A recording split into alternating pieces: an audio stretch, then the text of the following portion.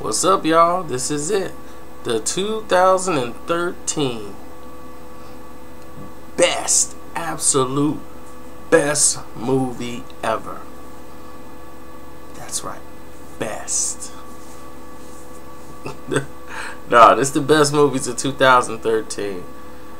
And these are the best. I'm not saying this is my best pick for my best movies of 2000. These are the best movies of 2013. See, I'm comfortable with saying that. I'm not going to sit here and really say my best movies of 2013, where I can just go and randomly pick movies and just put them out there because I like them and they really weren't the best movies of 2013. That's a whole different category. You know, when I see people take movies like, you know, like last year Avengers and make that the #1 movie, you're not doing justice to the people that watch your videos. You're misleading them. They're coming to you because they're thinking you're telling them what are the top movies, but you're telling them your favorite movies that made you laugh and made you enjoy it, when your title should be my favorite movies of 2013, not the or the, because these are the best movies of 2013. But honorable mentions are going out to The Conjuring. Definitely The Conjuring. It was very close to making my list, and that's very rare that a horror movie makes my list for top 10 best movies of the year. You know, and Disconnect, another movie that is great but didn't make top 10. Saving Mr. Banks, good, didn't make top 10. Captain Phillips, great movie, didn't make top 10. This Is the End and World's End, great comedies, almost made top 10, didn't make it. The Spectacular Now almost made it. That and The Conjuring were just couldn't make it. But all of those are great movies. Go check them out. Now here we go. Number 10, we have Gravity. Sandra Bullock and George Clooney. Y'all seen Gravity. I mean, if you haven't, it's a visual masterpiece. And it had me with one conclusion. Stay your ass out of space. That's no place for you to go. You felt like you were out in space. And like, why was I even thinking of being out here? And you wonder why Sandra Bullock is in space. And it took a lot for a character to hold a movie when it's predominantly them for the entire movie and keep the audience engaged. That's great work on both sides, but once again, George Clooney is Clooney, and he comes in and Clooney's the whole mood and kind of kills it and brings some levity to it, but he's Clooney, you know. He's never serious in the role, he's never engaged in the moment, and hey, it's just all about him. And I just felt that was a cheap out. You know, when a movie is that good, you don't give it a cheap out to, like, okay, we're getting a jam, what we're gonna do, stick Clooney in. Okay, Clooney, hey, you want a drink? You know, it's not what you're supposed to do. Number 9, Dallas Buyers Club. Excellent movie, and everyone talked about the weight loss and Matthew McConaughey, how he dove into the role, which was excellent. Nothing was wrong with his performance whatsoever. But people are omitting the fact that this movie became epically great because of the role played by Jared Leto. Jared Leto played a better role to me than Matthew McConaughey, but I think they counterbalanced each other. And what this movie is a guy contracts AIDS and he's trying to get medication, and they really don't have the medication to treat him, you know, and he's upset because he's not homosexual, and he's like, man, how did I get this disease? This is the homosexual disease, and this is like in the 80s, and people are, you know, they just dropping. Rock Hudson just died, you know, so, you know, they were just clowning him. So this was a time where this was experimental. They didn't know where to get this medicine, and he started to find out where he can go legally give drugs that the FDA hadn't approved yet over in Mexico. And he was bringing them over and said, hey, I'm just offering, people are paying me for memberships into the club. I'm giving them the drugs away for free. So the FDA kept trying to come in and take the drugs from him and fight him left and right. You know, it was a great movie. Number 8, Nebraska. Nebraska is definitely in the top movies of the year. Excellent black and white movie. And this is a story about a man who's really going through a crisis in his life. His wife, girlfriend is, you know, if you've been in a relationship, you would know it gets to a point where the woman feels like she's not going anywhere. You know, and before she does that, she wants to see you improve or you do something different. Every day's the same. So he's in that dilemma with his girl, but he has to deal with his father who keeps running away from home. And they thinking about, we should put him in a home. This isn't fair to mom, his brother. But his issue is the dad's like, I won the Publishing Clearinghouse. It says I won $1 million. And they're trying to explain to him that he doesn't get the $1 million. But it's in Nebraska, and he has to get to Nebraska. And every time they take him home, he run out the house again. So the son decides to take him to Nebraska to show him. But he really did it because he needed to get away himself. Great story, great movie. Definitely earns that spot for number 8. Number 7, I have The Way, Way Back. Epic movie of a coming-of-age story with a boy. Now, a lot of people say Spectacular Now. The Spectacular Now was the better movie of a coming-of-age story. But the contrast I have with that is that story's been played. You know, you got the really cute girl with the obnoxious guy that you gotta like. You know, like the cute girl loves the obnoxious guy. We've seen that story happen over and over. It was just very well done, and it's in there for a great movie, but not top 10. The Way, Way Back, Steve Carell's performance, and the lady who played his sister, she was amazing. The next door neighbor sister, she was amazing in this role. You know, as far as her being a terrible mom and everything else, and she was just all over the place. But Steve Carell plays like the villain stepdad, mom's new boyfriend, but he's really not. He's just really a jerk to the son, because the son is not trying to open up. He's really secluded. You know, he's like a recluse, keeps to himself, doesn't know why his real dad don't want to be around him. And then you get an Oscar-like performance from a man who kills every role he has been in. I have never seen this actor in a role that he did not just murder right from as soon as they said cut. Sam Rockwell came in and just destroyed this role. Oscar nominees give it to him. He was really the one to bring him out the shell, because you can tell without him having to tell his life story. And that's what some movies feel, that they have to explain to the audience. Let them use their brains. You could tell he saw a lot of himself as a young boy in this kid. And that's why he was so nice. That's why he was doing these things. Because he really said, man, if this kid just opened up, you know, he's wonderful. You know, we never know. Let's try to help this kid. And that's what he did. He did it without being really pushy. And it was just a perfect movie. Number 6, Side Effects. I don't care what anybody say about Side Effects, like, oh, it was a good movie, but you'll forget about it. No. Side Effects was great from the beginning to end. If you say you knew what was going on from the beginning, you're lying.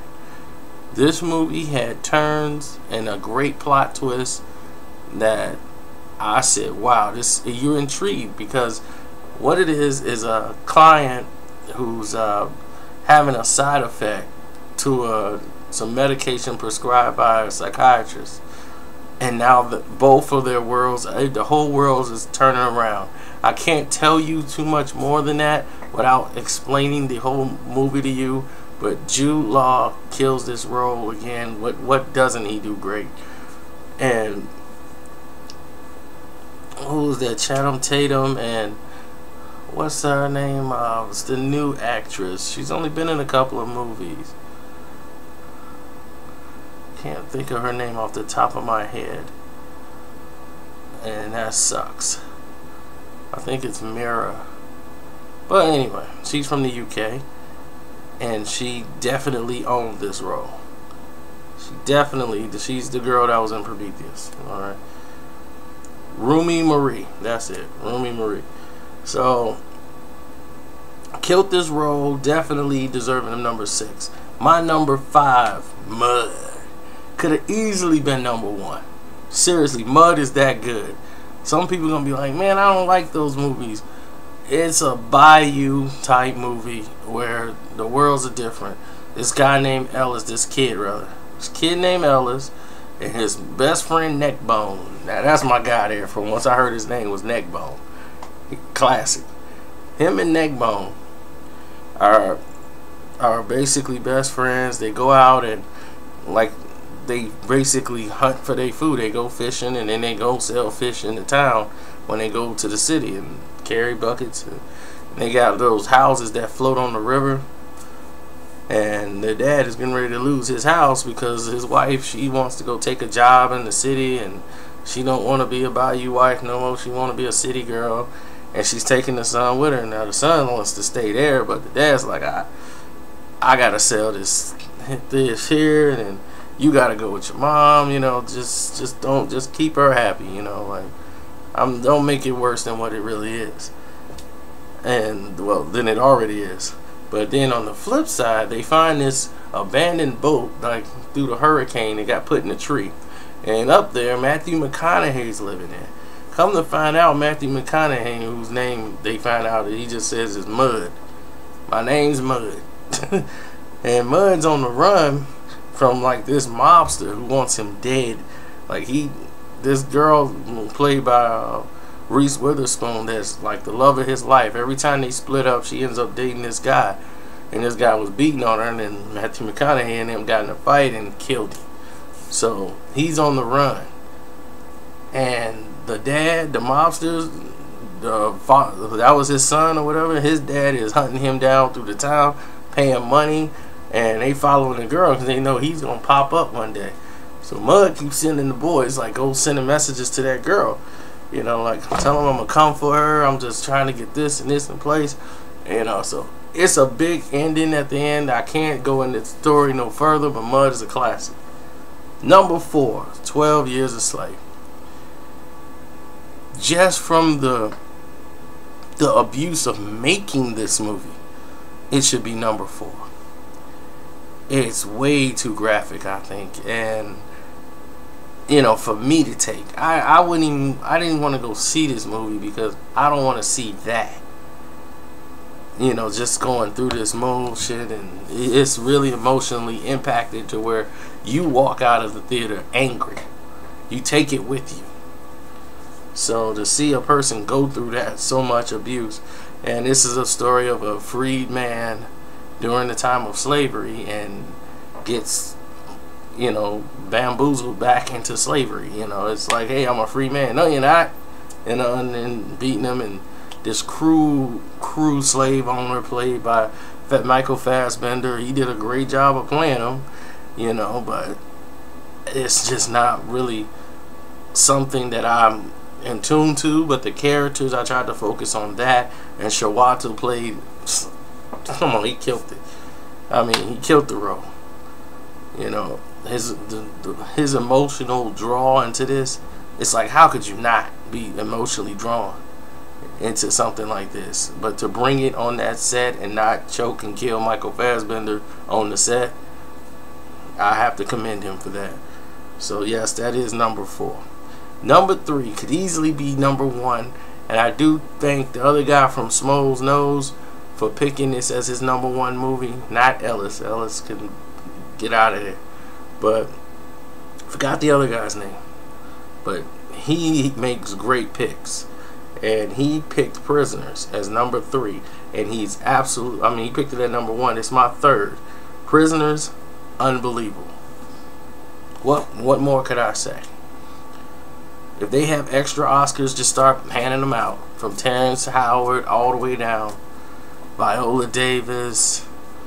I mean, what's that? Marie Bello. She deserves an Oscar. Hugh Jackman deserves an Oscar for his portrayal in this movie.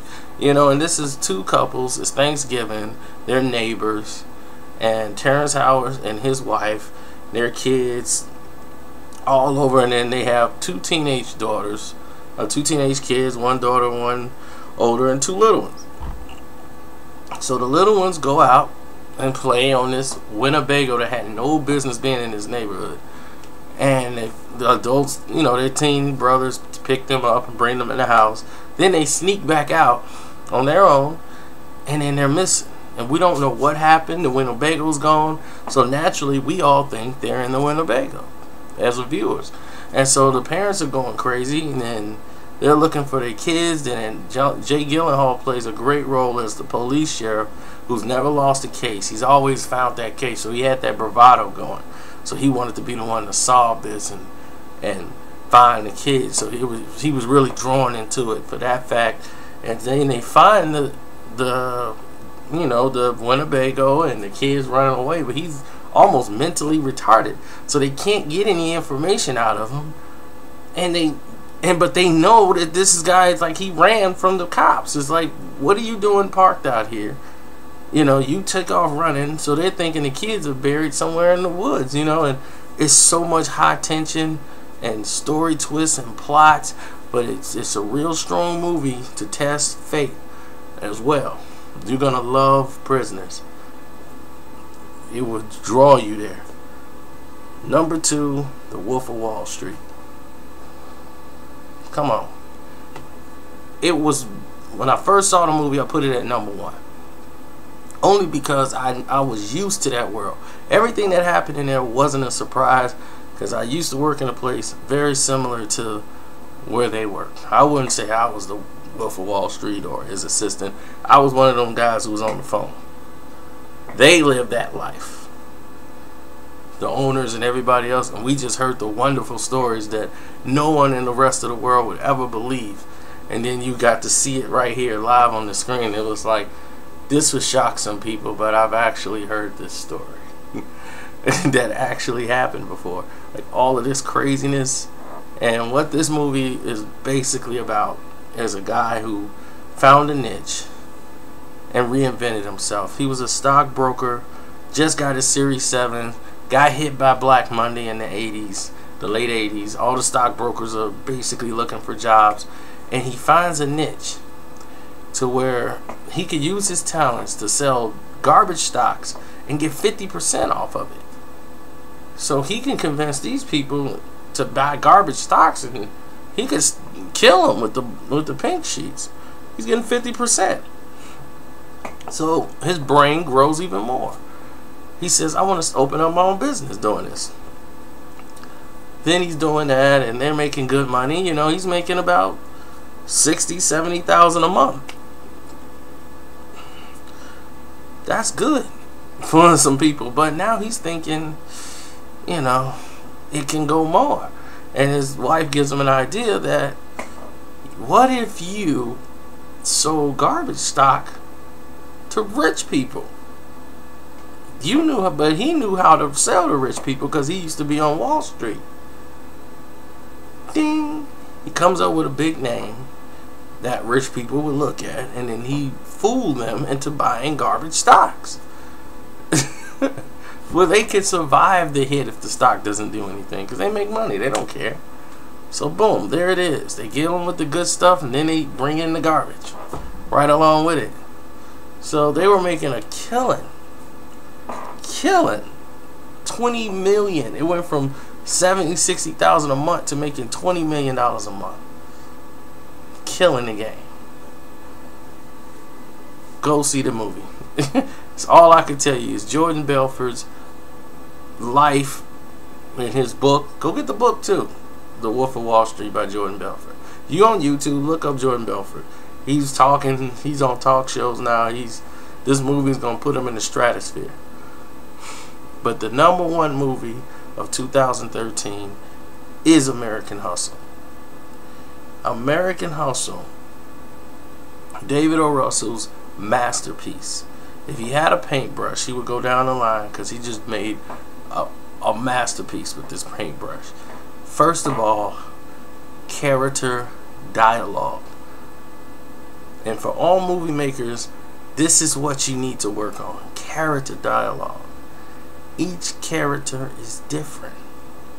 And they're so different and precise without being loud. See, The Wolf of Wall Street, and the reason why I put American Hustle back at #1 is that it was too loud. You know, it was kind of repetitive. Even though you didn't really get bored in the 3 hours, a lot of the scenes were like repetitive. It's like the behavior was repetitive. We got the message that he was obsessive with drugs and everything, fast life with cars and girls and money. Cars, girls, money, drugs, cars, money. It became so repetitive.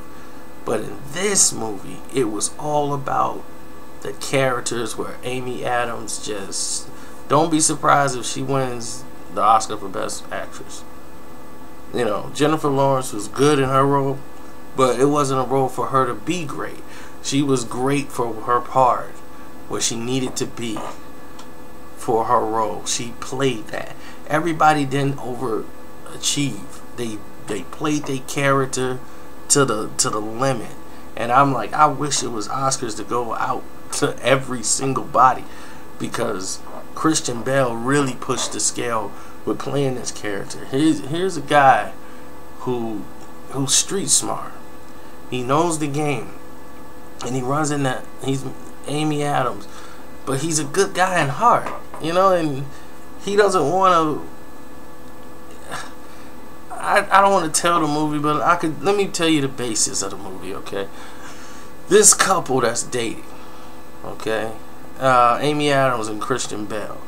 Now, they're not, like, Christian Bale was married already to Jennifer Lawrence, and they got a kid together, but that kid's not his, but he loves that kid, and that's why she stays and she uses that against him. But he doesn't love her, and they don't love each other, and they know that. But he gets in a situation because of Amy Adams. You know, they both pulling these real estate scams and how they're gonna get this money from people, and he gets in the jam with her, and the FBI or whatever gets him, and now they're using him so that they don't go to jail, or she don't go to jail. They're gonna use him to set up somebody else and bring them some more buzz so that they can go free.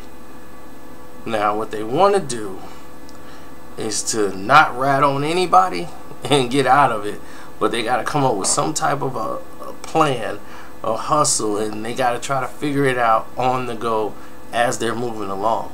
Because that's what I loved about the movie. It didn't cheesy its way out of it. You didn't get the cheesy, oh, I got a plan, and then the whole movie they're putting the plan together, and all this stuff's just miraculously falling in place. You know, that's just like 1 in a million. They didn't do that. It was so real, you believed it. Like, this could happen to anybody. Like, they could have pulled this off. It happened to come. Like, they were just really thumbing along to see what would happen and how they're gonna try to get out of it. So they thought playing ball is just the way to go right now, you know, and all these things are going wrong. They really didn't have a solid plan. And then you kept seeing the greed factor come in of people wanting more, and people who have learned that from the experience of being in that type of business. It's just so, man, this movie is amazing. I don't want to tell no more about it, but I hope you go check it out. It's American Hustle. Definitely movie of the year 2013. I'm out.